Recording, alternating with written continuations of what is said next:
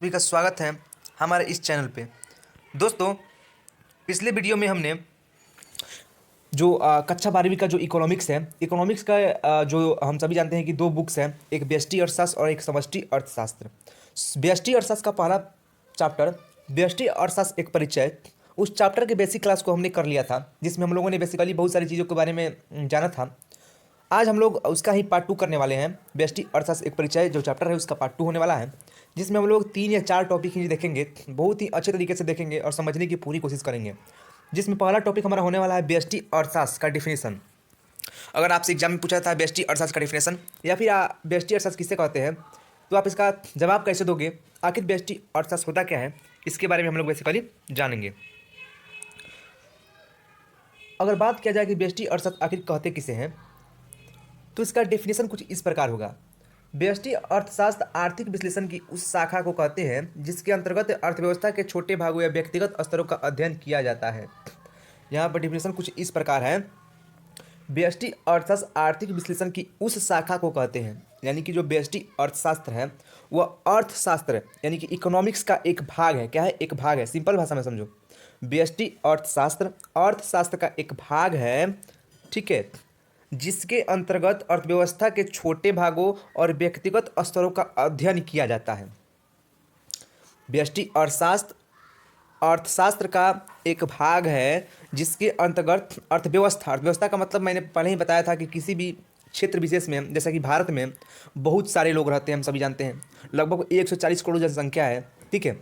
और जितने भी लोग हैं वो अपनी जीविका को चलाने के लिए कुछ कमाते हैं, कुछ कमाने के लिए कुछ काम करते हैं। कोई खेती करता है, कोई व्यापार करता है, कोई मजदूरी करता है, कोई दुकान खोलता है, कोई फैक्ट्रियाँ लगाता है, हर कोई अलग अलग काम करता है। जब सभी लोग जितने भी काम करते हैं सभी काम को मिला दिया जाता है तो अर्थव्यवस्था का निर्माण होता है, ठीक है। तो उसी अर्थव्यवस्था के छोटे भाग यानी छोटे छोटे चीज़ों का और व्यक्तिगत स्तरों यानी किसी एक विशेष चीज़ का, ठीक है, जैसे किसी एक वस्तु का कीमत, किसी एक वस्तु का मूल्य, किसी एक फर्म की इनकम, या फिर किसी उपभोक्ता का व्यवहार, ये सब क्या व्यक्तिगत असर है, किसी एक व्यक्ति की बात हो रही है। इन सभी चीज़ों का जो अध्ययन होता है वो उससे ही हम जिस विषय के अंदर हम अध्ययन करते हैं उसे ही व्यष्टि अर्थशास्त्र कहते हैं। सिंपल डिफिनेशन इस प्रकार हो जाएगा। व्यष्टि अर्थशास्त्र अर्थशास्त्र के उस शाखा को कहते हैं जिसके अंतर्गत अर्थव्यवस्था के छोटे भागों या व्यक्तिगत स्तरों का अध्ययन किया जाता है। ये छोटा सा डिफिनेशन हमने दिया। अब हम चलते हैं इसके नीचे वाला पॉइंट देखते हैं। नीचे पॉइंट दिया हुआ है कि कीमत सिद्धांत, उपभोक्ता का व्यवहार, पूर्ण प्रतियोगिता बाजार इत्यादि इसके मुख्य विषय हैं। ध्यान से समझिएगा। सबसे पहले मैंने आपको डिफिनेशन बता दिया कि अर्थव्यवस्था के छोटे भागों या व्यक्तिगत स्तरों का अध्ययन हम लोग व्यष्टि अर्थशास्त्र के अंदर करते हैं, और व्यष्टि अर्थशास्त्र का ही एक भाग है। चूंकि हम लोग जानते हैं कि अर्थशास्त्र दो भागों में बटा हुआ है, एक समष्टि और एक व्यष्टि। अभी हम लोग व्यष्टि के बारे में जान रहे हैं। तो व्यष्टि का डेफिनेशन मैंने आपको बता दिया। नीचे मैंने लिखा हुआ है, कुछ पॉइंट मैंने लिखा है, जैसे कि मैंने लिखा है कीमत सिद्धांत, ठीक है। चलिए समझते हैं कीमत सिद्धांत क्या है। मैंने लिखा कीमत सिद्धांत उपभोक्ता का व्यवहार, पूर्ण प्रतियोगिता बाजार इत्यादि इसके मुख्य विषय हैं। लेकिन आपको तो समझ में भी नहीं आ रहा होगा कि भैया आखिर ये कीमत सिद्धांत क्या है, उपभोक्ता का व्यवहार क्या है, पूर्ण प्रतियोगिता बाजार क्या है। और आपने लिखा है कि ये इसके मुख्य विषय है, किसके? व्यष्टि अर्थशास्त्र के। पर मैंने आपको व्यष्टि अर्थशास्त्र के डेफिनेशन से तो परिचित करा दिया है, तो मैं आपको समझाने की कोशिश करता हूँ। कीमत सिद्धांत का मतलब होता है कि किसी वस्तु का मूल्य कैसे निर्धारित होता है। नहीं समझे? जैसे कि आप सभी जानते हैं, एक आता है गुड डे बिस्किट जिसका प्राइस 10 रुपये है। कितना है प्राइस? तो प्राइस है उसका 10 रुपये। लेकिन क्या अभी आपने कभी गौर किया है कि उसका प्राइस 10 रुपये क्यों रखा गया?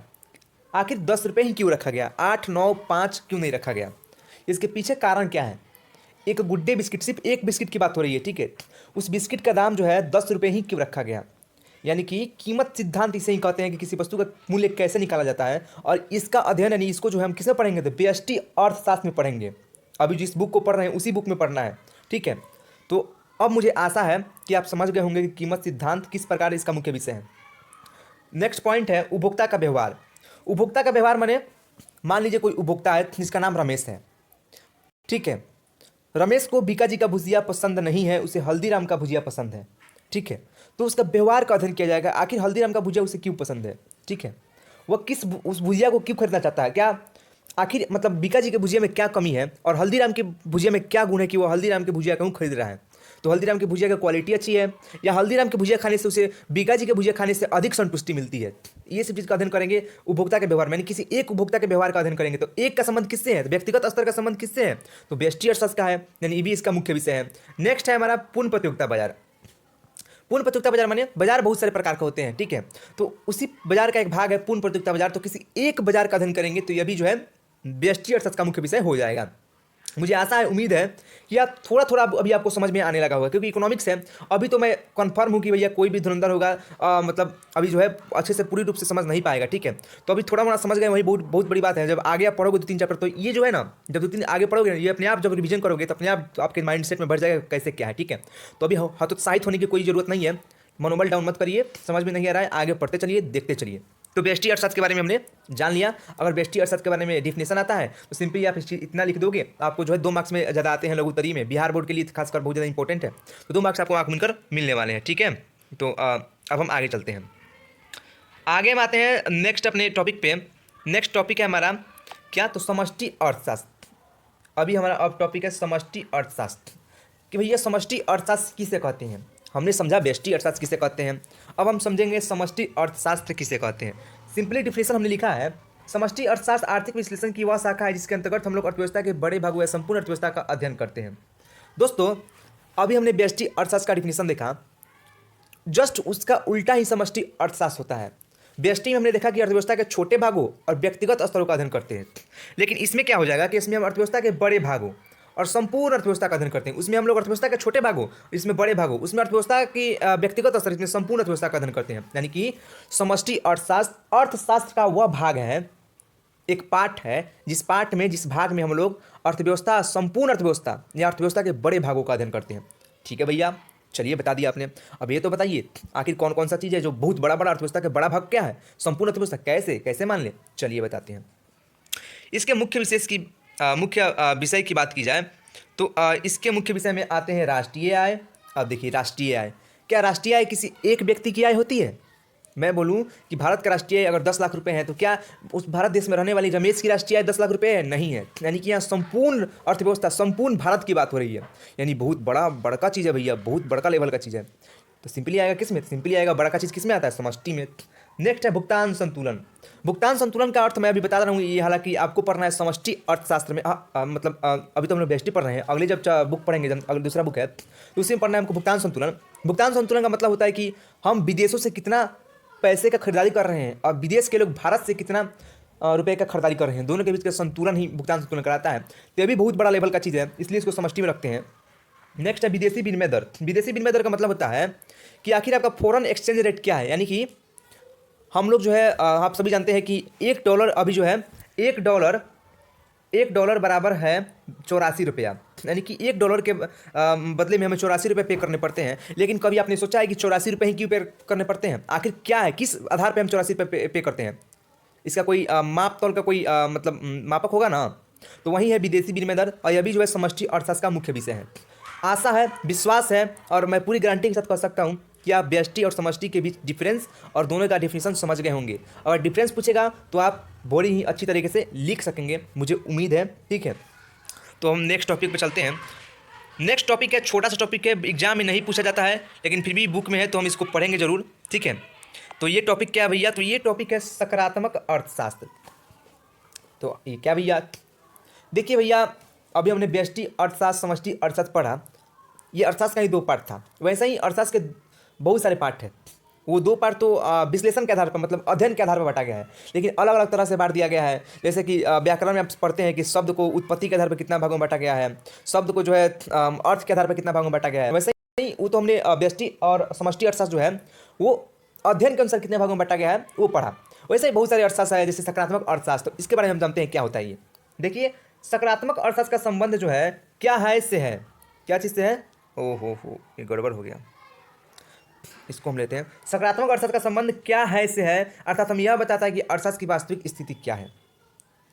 यानी कि यह अर्थशास्त्र जो है हमें अवगत कराता है कि देश में आखिर चल क्या रहा है। जैसे कि इस अर्थशास्त्र में है जो है अर्थव्यवस्था में महंगाई है, मंदी है, क्या है, यह सिर्फ यही बताएगा कि अर्थव्यवस्था में महंगाई है, भारत में महंगाई है, भारत में मंदी है, भारत में बेरोजगारी है, ठीक है।